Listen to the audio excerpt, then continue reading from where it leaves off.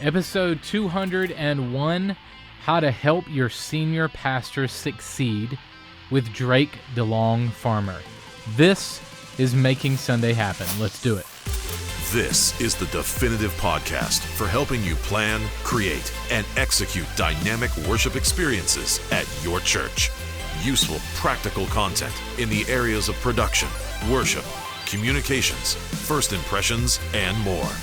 This is Making Sunday Happen. Hey guys, welcome to episode number 201 of our podcast. Thanks for listening and watching this week. As you can tell, we're in a brand new studio, and if you haven't noticed already, we have changed the name to our podcast. So first off this week, we're making a pretty big change with our podcast, starting with this episode. We are renaming the podcast Making Sunday Happen. So let me give you some reasons why we're doing that. When we started the podcast several years ago, we were directly targeting church media and production folks. But as our ministry has grown and as our podcast audience has grown, the show has really morphed into talking to everyone involved in planning and executing a worship experience. So we're talking to those who make Sunday happen. So we have decided to change our name to that, starting with this episode 201. So that's production people, yes, but also worship leaders, communications folks, pastors, first impressions, and guest services teams, and more. So we wanted the name to reflect the fact that we're talking to everyone who makes the worship experience happen. But my church has a Saturday night worship experience. Why just Sunday? Okay, well, the content will apply to any worship experience, whether that's on a Saturday, whether you're doing a special camp, a conference, an event, a special worship experience of some kind. We all know that Sunday is the major game day for the church. Sunday is when most church services and worship experiences happen. So we're calling it Making Sunday Happen and letting the content apply to all worship experiences. Okay? So that's why we are changing the name. So same format, same type of guest, just changing the name, and we're also moving to a full video podcast. So in the last few months, you might have seen online where we've posted the video interview for our podcast, but starting with this episode, you'll be able to see the full video. Me and the guest or any videos that we have will be inside the podcast fully. So you'll get a full video podcast as well as the name change. Okay, but that's it. Same format, same guest, same type of content, things like that. Okay, so this will be the definitive podcast for those who plan and execute worship experiences. And we hope that you continue to join us for the next 200 episodes of our show. So we are moving and grooving, and we're really, really excited about it. Our team is growing rapidly, and we're able to serve more churches and ministries. So we're really excited about it. All the church media podcast links will still work, so all that is taken care of. But our new URL that I want to let you know about, new podcast URL is makingsundayhappen.com. makingsundayhappen.com. All the show notes and archive episodes will be there in the same place for you. So all 200 episodes of the Church Media Podcast will be right there. All we're doing is changing the name. So all the links will stay the same if you needed to access old content. But makingsundayhappen.com has all those archives right there for you. All right, so there you have it. That is the changes that we're making. So I hope you like them, and we're going to continue trying to make great content for you guys. So if you missed last week's episode of the show, we looked back at the last probably 25 shows of the podcast, a little trip down memory lane. We also had my man crush on the show, Stephen Curtis Chapman. So be sure to jump back and catch that episode if you missed it. This week, I welcome Drake DeLong Farmer to the show. Drake and I chat about how to help your senior pastor succeed. I had Drake on the show maybe a year or so ago. a year or two ago, and he's a great guy from Canada. So those guys are awesome. So my conversation with Drake is coming up, but first, let me tell you about this week's podcast sponsor. This week's episode of the show is sponsored by our friends at Subsplash. Now, Subsplash is the award-winning leader in church engagement tools, helping thousands of churches around the world expand their reach and engage their communities through world-class technology. With the power of the ultimate engagement platform, you can create your own app and website and fuel your mission with Subsplash Giving. Here's a little bit more about them. Check this out. You have an audience, a community who you want to engage. You're using Facebook, Twitter, video, audio, and putting on live events. It's time to bring it all together in one place, your own branded mobile app. Think of your app as a home base for your community, the one place where they can access all of your content within seconds. You become part of their daily routine, their morning cup of coffee, their commute, their workout. People spend upwards of 3 hours a day using apps on their smartphones and tablets, and a staggering 89% of mobile media is consumed through apps. Subsplash serves thousands of clients whose apps are used by millions of people every day. Our award-winning and flexible app platform is trusted by a wide range of organizations, from global brands to nonprofits, startups, ministries, and everyone in between. The Subsplash platform gives you complete control over your app. Share media, events, news, blogs, integrate with mobile giving, send out push notifications, and much more. We take care of the hard stuff like software updates and development so you can focus on engaging your audience. Our team of app specialists are committed to your success, from app implementation to ongoing tech support, and we'll walk with you every step of the way. As pioneers and leaders in the mobile space, Subsplash will publish your app on all major app stores, making your content and brand incredibly accessible to millions of people on their phones, tablets, and TVs. Let's take your organization to the next level and engage the mobile generation.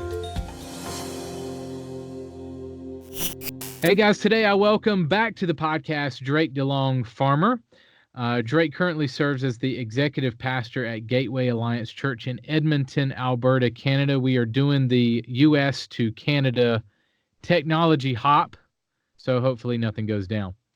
He's a speaker, writer, and leadership coach. Drake, welcome back to the podcast, man. Thanks for being here. Yeah, thanks for having me. And obviously you have a family. I have a family, yes, just on the side of me over here. Well, catch us up, man. I haven't talked with you in a couple of years. So what's new in your world? Oh man, geez. Yeah, well, we have a new child right now, so we have an 8-month-old. I have a 9-year-old, a 6-year-old, and an 8-month-old. So we've got a bit of a gap there. Otherwise, kind of just continue moving forward, doing the executive pastor thing. So, I mean, that's a pretty broad perspective in itself. And like you said, some speaking, coaching, consulting, kind of the same old, same old. So not too much new, but I mean, as if new to the audience here, that's kind of my life, my role, my family, my work, and wanting to see the church thrive. So, yeah. Well, how are things at Gateway? Any new developments there? New since last time, I mean, just continued steady growth, continuing to move forward, trying new different things, do our best. You move, you try something, you evaluate, you reevaluate, you try something different, you do an observation, you keep kind of moving forward. So we're always constantly having conversations behind the scenes about different things like multi-site and are we gonna add another service, different staff and teams and structures and groups and all that different stuff. So every week holds something different. So I guess, nothing like earth-shattering, announcements by any means. But yeah, things are good, and continuing to see growth and continuing to see God good to us. Awesome, man. Now, last time I had you on, we talked about a bunch of different topics. I kind of threw everything at you, and we're going to put the links in the show notes page for people to kind of catch up on our convo from a couple of years ago. But today I want to chat about the topic of helping your senior leader succeed. So how to lead when you're not the senior leader. Mm-hmm. Okay, so get us started here. What if I'm in a role in a church and I'm not the senior pastor? What should my posture be? So, when you proposed kind of the topic to me, Carl, or we kind of landed on this topic, I mean, really one idea kind of strung through, and I think that anchors it all together. And I mean, you can label this a bunch of different ways, but the main thing that came to my mind is relational credibility. Mm. And so, just this idea. I mean, I was thinking about this morning. I see kind of this trend, and I'm going to create a bit of a false dichotomy for the sake of the conversation. But you'll have on one end of the spectrum the person who views themselves or whatever position they might be in, and their lead or even their person above them, their direct report might not see the way they do, or they might see something and they need them to see that. And so they take the posture of being right. And so if they could just see what I see, if they would just listen to me, then things will just be great.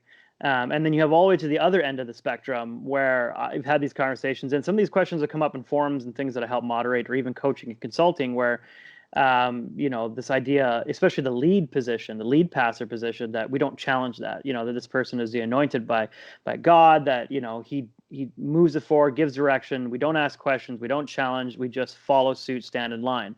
Now, the majority of situations fall somewhere in between there. And so Yeah. I think that the thing is finding the tension that, you take the person on the one end of the spectrum who's like looking to see change and might be frustrated that their leader doesn't see that. I would give the encouragement or the challenge to say, are you looking to be right just to make a point, or are you looking for change? And on the flip side of the coin of going to the person who's never going to challenge, the difficulty in that situation of elevating somebody so high that you assume that leader has everything they need isolated in themselves. And so I think that most people sitting in some type of role, be it all the way up from, it could be your volunteer communication person, you could be a staff person, you could be in my position as executive pastor position, looking to try and find that tension and balance of leading in the area you are, but also seeing things that you can, like you said, support or see the success of your lead. Sometimes this term means leading up. And I think the big portion that a lot of people need to recognize, and this is an answer that I think a lot of people don't want to hear because this involves time and effort, and that's relational credibility. And what that means in that is that simply that the relationship you have with that person, the credibility, the character, the things that you've done, the weight that you've carried, all of these things that you do bring into some like or credit, maybe a better word to put it, like that you when you need to pay out, right? So that you have trust credit is another way to put it.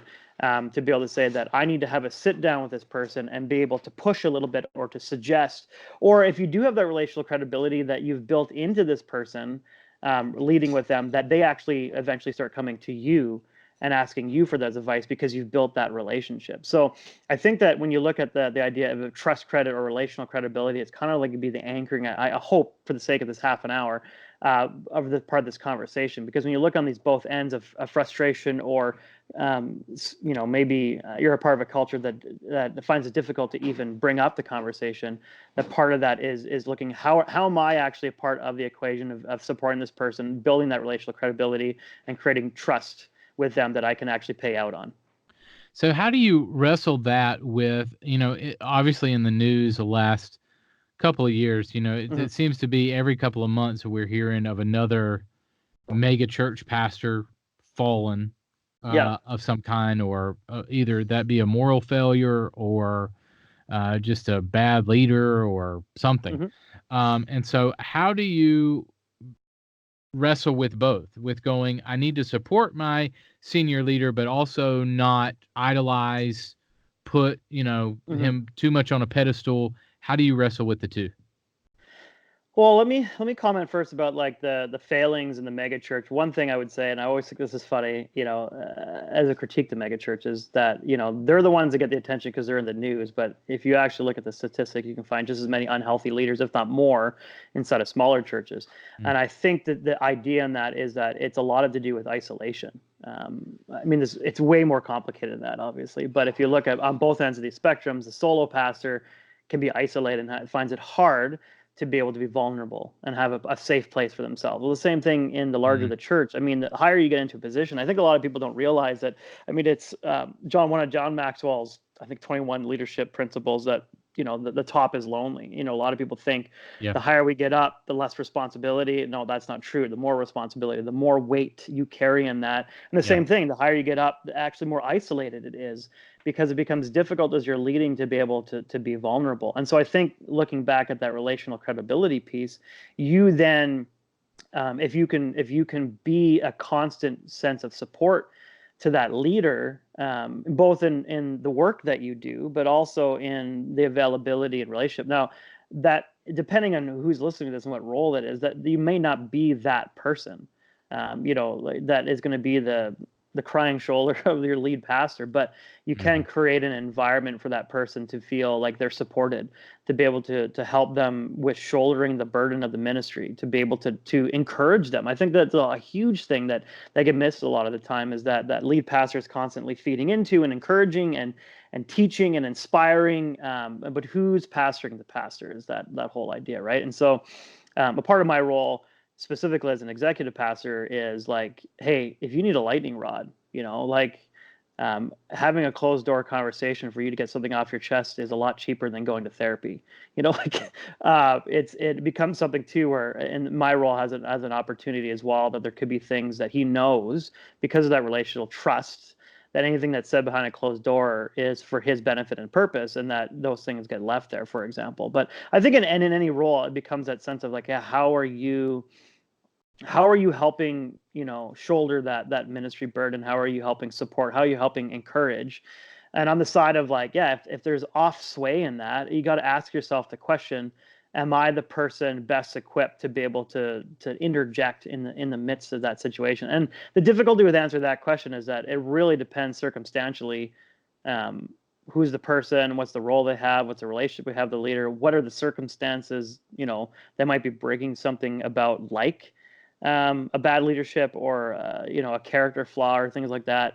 I mean, you have to be asking yourself the question, am I the person to deal with this? If you have a concern on that, you have that fine line of between like looking for help for that person versus gossip. I mean, there's that whole thing as well. But Right. But I mean, if you have the right intention and heart in that person, then it's find the right person to be able to interject and speak with them. If you do have that relationship with them, then it's just if you've built the rapport to show them that you have their back, that you support them, that you have what's for best for them, that you should have an open door to be able to have a sit down and say, hey, I'm there's some things I'm concerned about, for your sake. What's going on? Can you speak into this type of thing, and really give them the sense to be able to speak into that and go from there. Good. All right. So what are some ways, in relation to that, what are some ways that we can be a servant to our pastor? I think I'll share a story. So when I started at Gateway, so that was about 6.5 years ago, got brought in to help kind of rebuild some of the ministries the church had gone into about 10 years ago, into a rebirth phase. So it would basically, the doors are about to shut. My lead pastor came in and reshaped vision, rebirth the church, and kind of move forward, start doubling in size every year. And so when I brought in, a lot of the focus on that was Sunday morning. So I was brought into everything outside of that. And so I was noticing a lot of things that were like concerning both at the staff level. And I was not in an executive role in this position. I was an associate. I was brought in, new guy type of idea. But I was like, I'm really concerned about some of these things. I brought them up. My lead pastor's Scottish. He's very passionate Scottishman. So is kind of the fight then talk type personality. And so when I brought up some of these things, especially on the staff level, it hit a nerve. And what I didn't realize is there was a history of issues that were happening with staff members with wrong intentions. And so when I brought these things up, I realized there's a nerve here. And so I made a decision. I could either make a decision to continue to push in and press in, or a better way to put it, I can make a decision to either be part of the problem or part of the solution. And so what I did is I positioned myself to go, okay, I have these roles that are placed before me and these areas that are going to relieve a lot of stress. And so if I can focus on building this up and being a support, and whenever something is needed to step in, to start just saying, like, how can we help? How can we serve? How can we do these things? And a lot of it's just like doing your job well. And then what that did in the long term is that created a lot of relational credibility inside of our relationship, but also character and trust, that anything that we throw Drake's way, he delivers on. I mean, I'm being obviously overly, not everything I did always was perfect, but the fact is that there was this consistency. That's a good word, a consistency in the sake of what was being moved forward. And as things moved, and as I was developing these different ministries and these different teams, I continued to work myself out of a job. So it finally got to the place where, well, what's left? Our operations manager found her dream job. She moved on, and so there was this gap between this pastoral role and these operation sides. And so we explored the idea of an executive role. And my lead asked me, said, do you really want to take the position? And I said, actually, I don't know if I do, but I don't want to bring in somebody who's going to be system and structures over top of ministry and people. And so it started looking at, I continued to take on more and more responsibility and allowed through that to be able to have this relationship. But the bedrock of that was I made a conscious decision to say, am I making my decisions for what's best for the church, the organization, and the leadership, or am I making what's best for the frustration that's seeing here and just continuing to add fuel to the fire? So I think a lot of those things are a conscious decision, how you position yourself to say, how do I support my pastor? Is asking, well, what's the pressure points? Put yourself in that person's shoes. What are the things that are causing them stress? How can I alleviate that stress?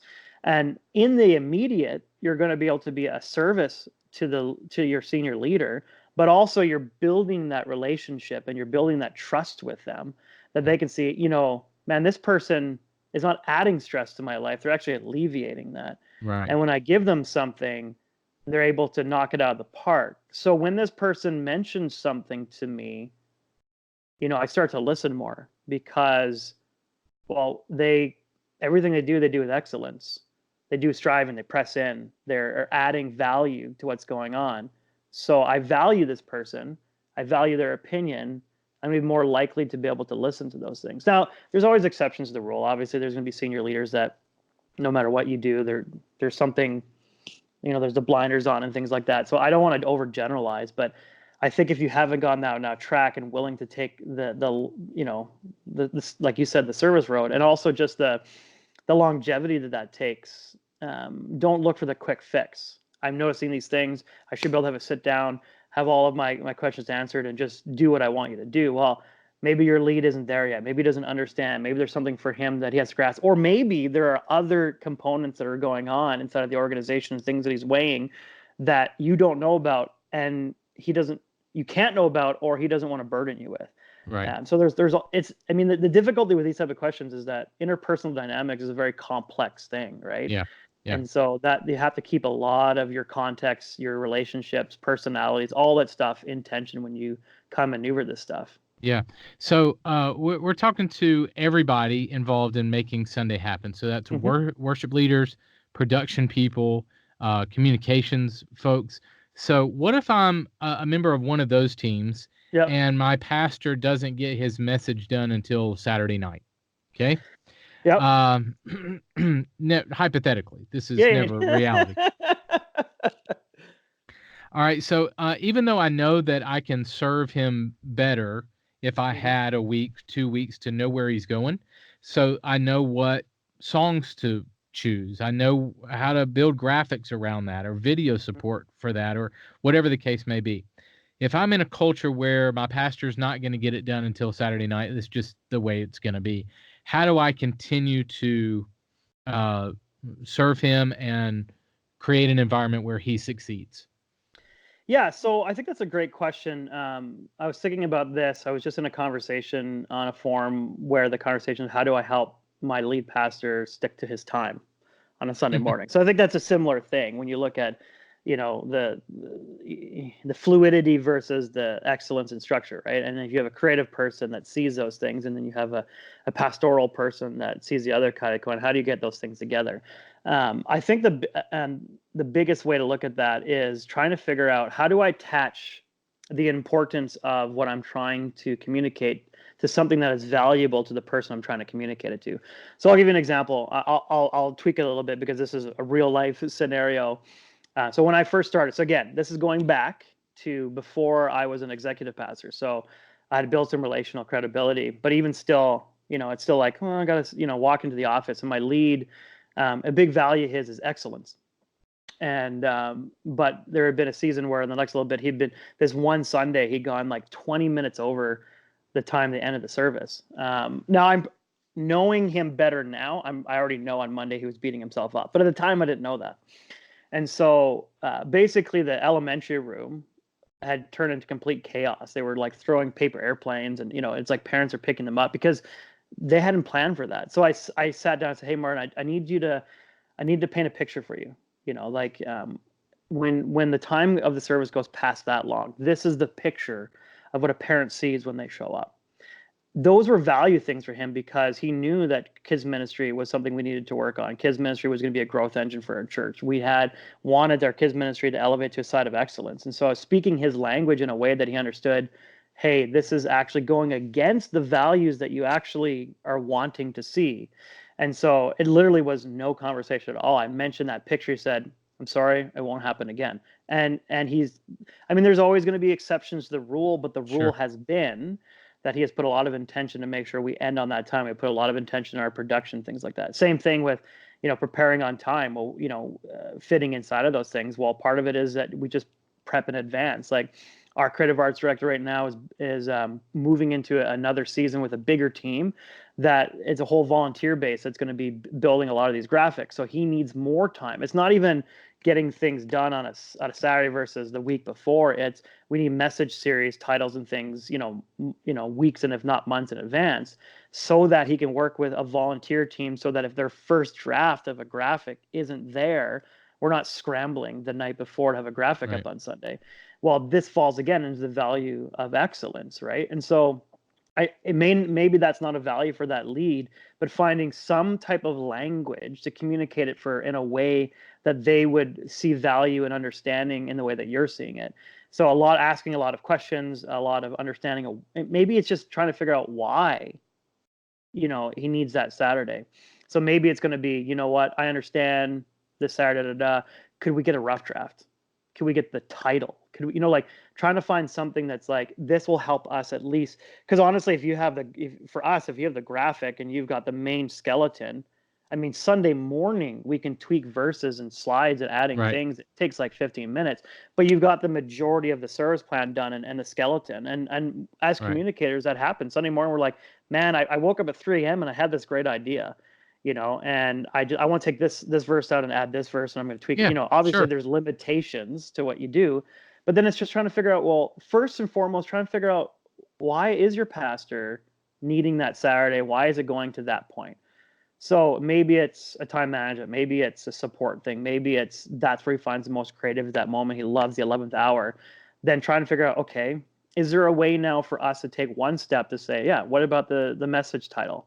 What about, this and that? Maybe message titles come at the end for that. Maybe that's going to be a hurdle you're going to have to go towards. But first and foremost is asking good questions and trying to understand where they're coming from and why that is a thing, and then trying to communicate in a way that'll actually speak the language that they have as their own personal values. Good. Because if you can do that, it's going to be able to resonate with them, that they're willing to go, okay, I see what you're saying. But if you're both speaking different languages, then you're just going to get a lot of this. You're going to get a lot of friction and frustration that way. Good.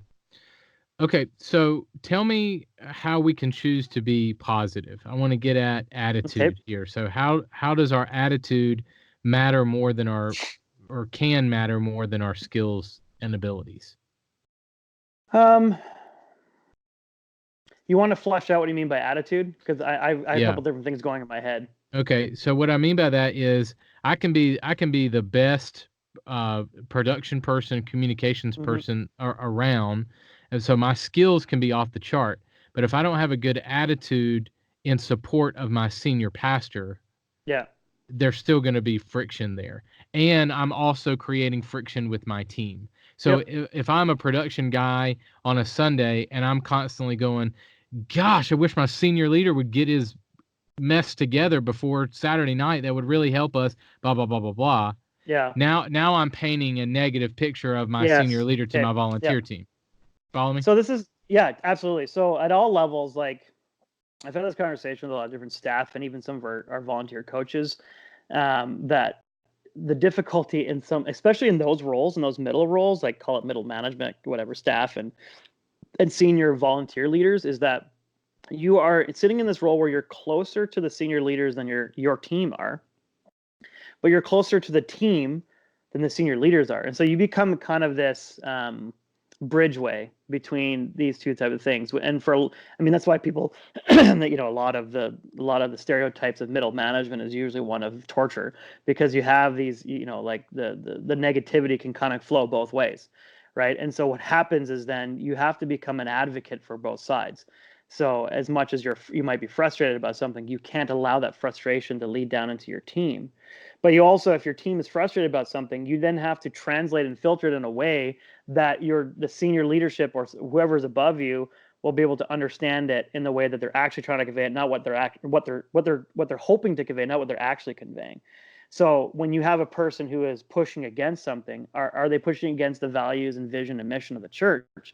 Well, then you have to be an advocate for those things. Even if or a better way to put it is, if you're in a meeting, and I always say this with like our board or even some of our staff meetings, is like, in that meeting in a closed door, let's hash it out. Let's argue it out. You got something you want to say, you need to push on it. But when we make a decision, we all leave that meeting like we all were on board and passionate about this decision, because we need a unified thing. Now, if something that rubs against that, you need to continue to be an advocate for your team, but in public, you need to be an advocate for the mission and a decision of what the leadership has made. And why that's important is that, again, it goes back to relational credibility. If your leader sees you advocating, especially on something they know that bothers you, but you have his back, when you have those closed door conversations to continue to advocate for what is important, you're 100 times more likely to get an audience in a conversation within that, because they know once you've left that meeting, no matter what was said, you guys are on the same page, you're on the same team, they can trust you, that the senior leader knows you have his back no matter what. And then the friction can happen behind closed doors. That becomes much more, healthy. And what the difficulty is that's what's called maturity, but that's what's called mature communication. It's assertive communication. You neither want passive, you neither want aggressive, you definitely don't want passive aggressive. And what you describe is a very passive aggressive. Instead of dealing with the person directly, having those conversations, you're passively aggressively, pushing that. And then really what you're doing in the end is you're creating a disservice to your team, because you're now unloading all of your frustrations onto them. And right. I think the big thing, skill set or not, the thing that came in mind is like, it's chemistry, character, then competency, right? Are you somebody who fits well into the culture of the church? Do you have the character? And this is a character issue we're talking about. And then competency is kind of the last thing on the rung, because you have a great skill set, but if that skill set doesn't translate into this unified, everybody rowing in the same direction. Now, again, that doesn't mean good little soldiers that are yes men, but hash things out behind closed doors, but in public, it's a unified front. There are right. people that I've gone through seasons in my staff that I'm like, I don't agree philosophically with the way you're doing this, but in public, if that person wants to character slam them, I'm right there supporting them and saying it the way they would say it. And especially as an executive role, I get to do that with everyone. I'm the bad guy for everyone, because people will still attend the church if they hate me, because right. I'm not the face of the church and I'm not the one on the team, running it and those type of things. So yeah. Right. You mentioned being passive or passive aggressive. So I know when we're not in charge, sometimes it's the default to kind of be passive. Oh, we're just going to kind of let him do what he wants to do, and we'll. So how can we maybe not wait to be told to lead? How can we take initiative and lead others? Yeah. Well, again, I think that goes back to the conversation of being a part of the solution, not part of the problem, right? So if right. you see a need, I think an awesome thing that my lead talks about is ownership, right? So looking at like, don't waiting for somebody else to do something, and he leads in this. This is what's great, is that like when it comes to the idea of like, you see garbage on the floor, are you the one picking it up? Right. So are we taking ownership in that? I remember seeing that with two different interns, and we were for one of our ministries. And we were looking at one of these people might elevate into a staff position. And one of the big key things, this wasn't the only thing, but this is one of the big key things that stood out to me was, looking at when the when the bare minimum job was done, the one intern was like, "Hey, I did my job. I'm going home." Where that other person took the time to look at, what about the other ministries? Do they need help? Where can I step in because of this big event? I think it was a fall kickoff or something.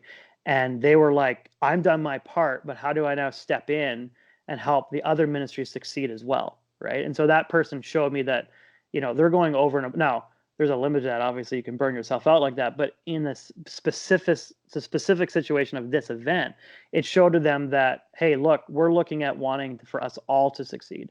Where are the areas that need improvement, and they see a solution to that, or there's somewhere that needs to step in, and they step in and in the simple of things, right? Like something needs to be served, so I do it, right? And that shows that person could be trusted with little, therefore that they could be trusted with much.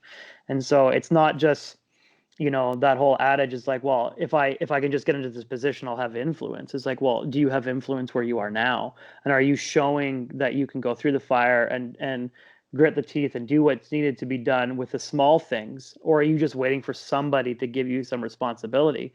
And I think if you're waiting for that because, like you said earlier, I have this great skill set, actually it makes me think, I've had conversation with people over the years where they come and they've got a fantastic skill set, but they don't even understand the culture or vision of what we're trying to accomplish. And they're constantly, I'm just like, they're like, yeah, but I've got this great skill set. I'm like, that's awesome. This is all going to blow up in our face. So I think all that's good. And that kind of leads me into my next question in that, how can we have influence? You mentioned influence. How can we have influence without having the authority or the title or the position? Well, I think that again, that goes back to what we're just talking about, that their influence and position don't necessarily go hand in hand, right? And I think that, I mean, if you consider yourself a leader and nobody's following you, then that there isn't a lot of fruit inside of those things. I think of those people, like you get people on Facebook and they're like apostle so and so. I mean, like I am not railing against any type of stream of the church, but I remember, somebody having a conversation with somebody like that, and they're like, "Well, why do you call yourself an apostle?" Well, God's called me to this, and he says, "Yeah, but you're not walking in that yet." Now that's an extreme example, but it's that idea of like going back of, you need to walk before you can run. You need to show some traction to what's going on. So influence isn't necessarily something that needs to be positional. And I think there are people inside of organizations that have more influence than people that have the positions. Yeah, so true. So I think but again, if you do have that influence, that becomes that much more daunting because you have the responsibility now of what you do with that influence. And it goes back, we need to, if you're going to be in a position or given something, you need to make sure that you're a learner first, then a leader second. So and in that, are you leading yourself? Are you leading your peers? And then there's a call to something higher. So maybe you feel called to leadership, but has that been confirmed as well? Because I think the danger, Paul says it, if you're aspiring to be a leader or an elder, this is a good thing.